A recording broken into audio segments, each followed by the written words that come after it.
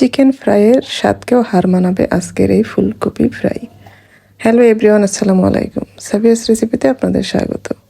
আজকে আমি তৈরি করব ক্রিসপি ফুলকপি ফ্রাই। তৈরি করা তো খুবই সহজ, চলুন তাহলে আজকের রেসিপিটি দেখে নিই। ফুলকপির ফ্রাইয়ের জন্য এখানে আমি ফুলকপি নিয়েছি। ফুলকপিগুলি কিন্তু একটু বড় বড় করেই আমি কেটে নিয়েছি। এখন এটা ধুয়ে নিব। এদিকে আমি একটি কড়াইয়ে পানি বসিয়েছি, সাথে আমি 1 টেবিল চামচ লবণ দিয়েছি। এখন এখানে ধুয়ে রাখা ফুলকপিগুলি দিয়ে দিব।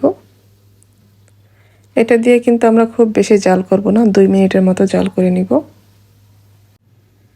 এটা কিন্তু খুব বেশি সেদ্ধ করে নিলে এটা খেতে অতটা ভালো লাগবে না, আর এটা নরম হয়ে যাবে আর গলে যাবে আর কি। এই তো আমার 2 মিনিট হয়ে গেছে। আমি এখন এটা পানি থেকে উঠিয়ে নিব। পানি থেকে উঠিয়ে নিয়ে এটা ঠান্ডা করে নিব। এদিকে আমি একটি বোল নিয়ে নিলাম। এটার মধ্যে আমি 1 চা চামচ আদা বাটা, 1 চা চামচ রসুন বাটা দিয়েছি। সাথে আমি ভাজা জিরার গুঁড়া দিয়েছি, চিকেন পাউডার দিয়েছি, সামান্য পরিমাণে গরম মশলার গুঁড়াও দিয়েছি, মরিচের গুঁড়া দিয়েছি 2 চা চামচ। এই ফ্রাইটা কিন্তু ঝাল ঝাল হলে খেতে বেশি ভালো লাগে।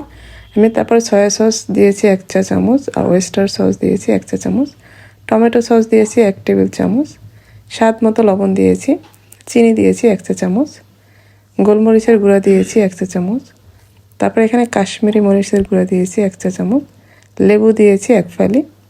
কাশ্মীরি মরিচটা যদি না থাকে হাতের কাছে না দিলেও সমস্যা নেই, এটা আমি শুধু কালারের জন্য দিয়েছি। চাইলে আপনারা ফুড কালারও ইউজ করতে পারেন। আমার বাটিটা একটু ছোট হয়ে গেছে, যে এটার মধ্যে আমি কিন্তু কফিগুলি ঠিকমতো মাখানো যাচ্ছিল না, পরে আমি এটা চেঞ্জ করে নিয়েছি। একটু বড় দেখে একটা বাটি নিয়ে নেবেন, নাহলে কিন্তু এগুলি সুন্দর মতো মাখানো যাবে না, আর ফুলকপি কিন্তু তাহলে ভেঙে যাবে। এটা মেখে নেওয়া হয়ে গেলে আমি কিন্তু 10 মিনিটের জন্য রেস্টে রেখেছিলাম। 10 মিনিট পরে ফিরে আসলাম। তারপরে এখানে আমি একটা ডিম দিয়েছি, কর্নফ্লাওয়ার দিয়েছি 1/4 কাপ, সাথে ময়দা দিয়েছি 3 টেবিল চামচ। এখন এটা খুব ভালোভাবে মেখে নিব। সুন্দরভাবে মেখে নেওয়া হয়ে গেলে তারপরে আমরা এটা ভাজতে চলে যাব। ভাজার জন্য আমি চুলায় তেল গরম করে নিব। তেলটা বেশ ভালোভাবে গরম করে নিতে হবে। তেলটা গরম হয়ে যাওয়ার পরে আমরা ফুলকপিগুলি দিয়ে দিব। একটু ফাঁকা ফাঁকা করে দিতে হবে। দিয়ে আমরা কিছুক্ষণ ওয়েট করব, তারপরে আমরা এটা উল্টে দিব। এটা আমরা উল্টে পাল্টে সুন্দর একটি কালার আসা পর্যন্ত কিন্তু ভেজে নিব। যেহেতু ফুলকপিটা হাফ সেদ্ধ করা আছে, এটা কিন্তু ভাজতে খুব একটা সময় লাগবে না। এই তো আমাদের এক ব্যাচ কিন্তু ভাজা হয়ে গেছে। আমি এগুলি তুলে নেব। এইভাবে আমি সবগুলি ফুলকপি ভেজে নেব। এই তো আমার তৈরি হয়ে গেল ফুলকপি ফ্রাই। আশা করছি আজকের রেসিপি আপনাদের ভালো লেগেছে। ভালো লাগলে লাইক, কমেন্ট এবং শেয়ার করে দিবেন।